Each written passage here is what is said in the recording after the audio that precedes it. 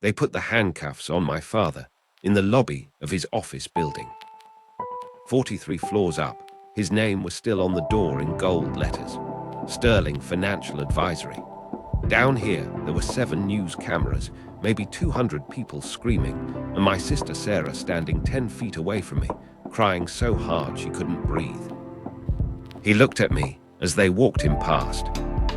Not at the cameras, not at the agents, at me. And he smiled.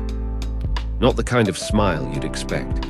Not sad, not apologetic. He smiled like he was proud, like I'd finally understood something important. That was 4 hours ago. If you're watching this, hit that subscribe button right now.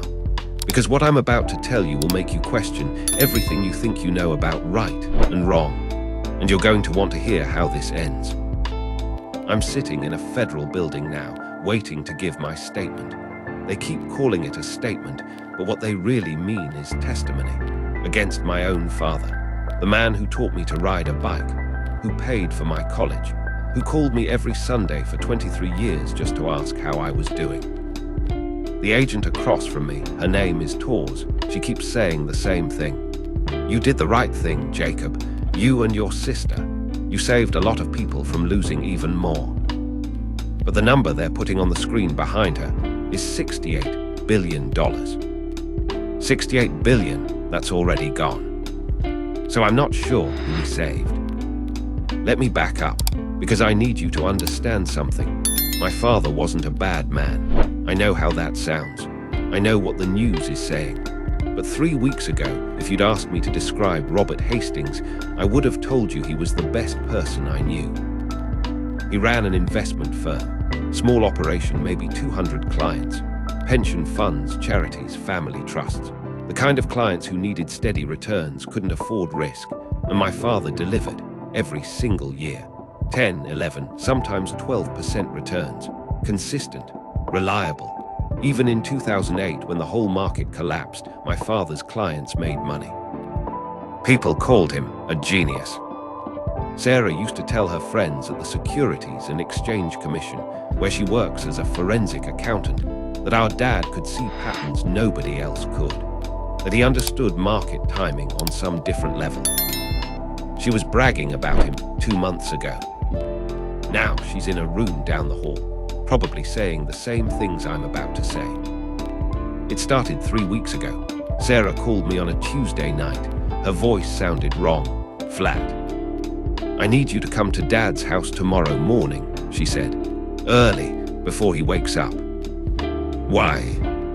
Just trust me. I did. I always trusted Sarah.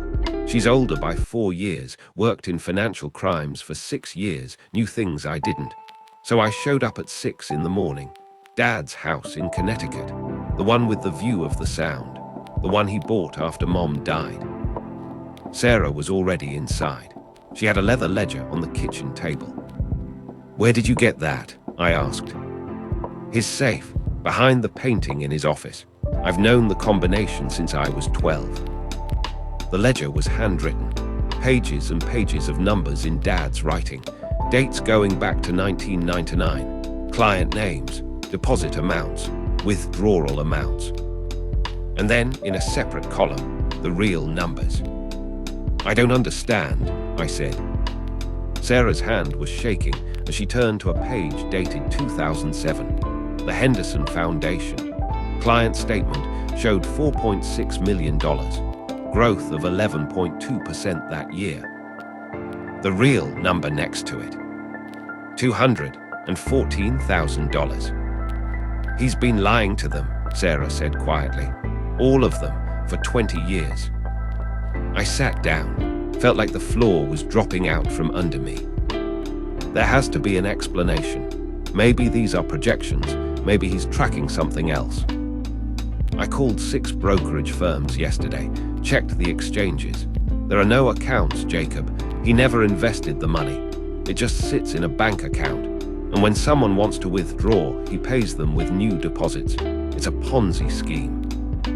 The word hung in the air between us. We have to tell someone, she said. We could talk to him first, give him a chance to. To what? Make up another lie. Jacob, if we wait, if this collapses on its own, thousands more people lose everything. Charities, hospitals. There's a children's cancer research fund on page 47 that thinks they have $18 million. Her voice cracked. They have 900,000. We sat there for maybe 10 minutes, not talking, just sitting in our father's kitchen, looking at the ledger that was about to destroy our family. Sarah made the call at 6:43 in the morning. By noon, federal agents were at Dad's office. By 3, he was in custody. By 6, it was on every news station in the country. The biggest financial fraud in American history. My father's face on every screen. And Sarah and I, sitting in a hotel room paid for by the FBI, watching our childhood evaporate in real time. Here's what I keep coming back to. That smile. When they walked him past me in handcuffs, he smiled like he was proud. Agent Torres is saying something about victim impact statements, about how many people are going to testify at sentencing. They're expecting over 300. 300 people whose lives my father destroyed. Except I keep thinking about something else. Last Christmas, Dad took me to see the Henderson Foundation's new research facility, the one they built with their endowment returns.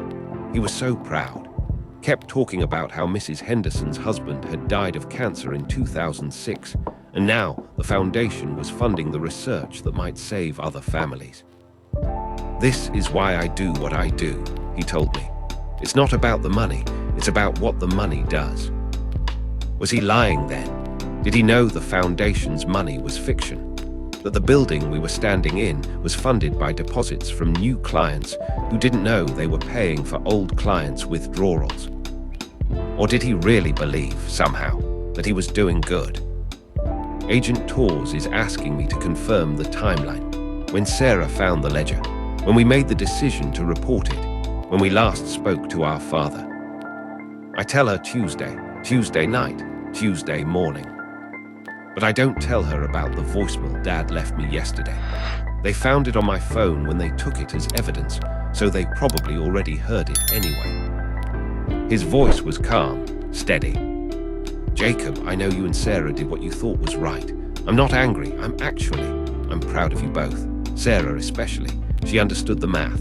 She saw what I couldn't see anymore, that there was no way out, no market miracle that was going to make the numbers real. I've been telling myself for years that one good run, one perfect year, and I could make everyone whole. But Sarah knew better. She knew I was just making it worse. There was a long pause. I started this trying to protect 40 families from a bad quarter. Thought I'd smooth things out, make it back fast. Nobody would know. But then there were more clients, and more. And every year the lie got bigger, and the only way to keep it from collapsing was to keep going. Another pause, longer this time. The crazy thing is I still don't think I'm a bad person. I know what I did. I know what they're going to call it. Fraud, theft, all of it. But I never took a dollar for myself. Every withdrawal, every distribution, it went to the people who trusted me. I used new trust to pay old promises for 20 years. His voice changed then, got quieter. They're saying 150 years. Maybe I deserve that. Maybe I deserve worse. But I want you to know something, Jacob. When they ask you why you turned in your own father, when people say you betrayed your family, you tell them the truth. You tell them your father raised you to do the right thing, even when it costs you everything. The voicemail ended. Agent Torres is waiting for me to continue, to give my statement, to officially confirm that my father is a criminal. But I keep thinking about that smile, about what Sarah said in the car this morning. I testified against him for 6 hours yesterday. When they asked me to identify his signature on the ledger, I said yes, that's his handwriting. He looked at me from across the room and nodded, like I'd passed a test. She started crying then. He was my hero, she said, and I destroyed him. I didn't know what to say, because part of me thinks she's right. We destroyed him. We chose strangers over family. We chose the law over our father. But another part of me, the part that keeps growing, thinks maybe Dad destroyed himself 20 years ago, and Sarah and I just stopped lying about it. The sentencing is in 42 days. They're expecting it to be the largest victim testimony in federal court history. Cancer patients who lost treatment funds, retirees who lost everything, charities that had to shut down. Sarah and I will be there, not as victims, as something else. The ones who ended it, the ones who made the call. The ones who have to live with wondering if we did the right thing. Agent Tors is asking me to start at the beginning. So I do. I tell her about the ledger, about the numbers, about the moment my sister and I realized our hero had been lying for 20 years. But I don't tell her about the question that's been sitting in my chest since Tuesday. The question I can't answer. If my father saved those 40 families in 1999, if he gave them peace of mind, steady returns, security for 20 years, even if it was fake, if 300 people had good lives because they believed their money was growing, were they better off believing the lie? Or are they better off knowing the truth and losing everything? I don't know. And I think that's what my father was smiling about. He knew I'd spend the rest of my life trying to figure it out. So I'm asking you, drop a comment right now. Was my father a hero who made one terrible choice, or a criminal who destroyed thousands of lives? Should Sarah and I have protected our family, or did we do the right thing turning him in? Because 42 days from now, I have to walk into that courtroom and watch 300 people testify about how my father destroyed them. And I still don't know if I'm one of the heroes, or one of the villains. If this story made you think, hit that subscribe button, because the hardest questions don't have easy answers. And sometimes the people we love most are the ones we understand least.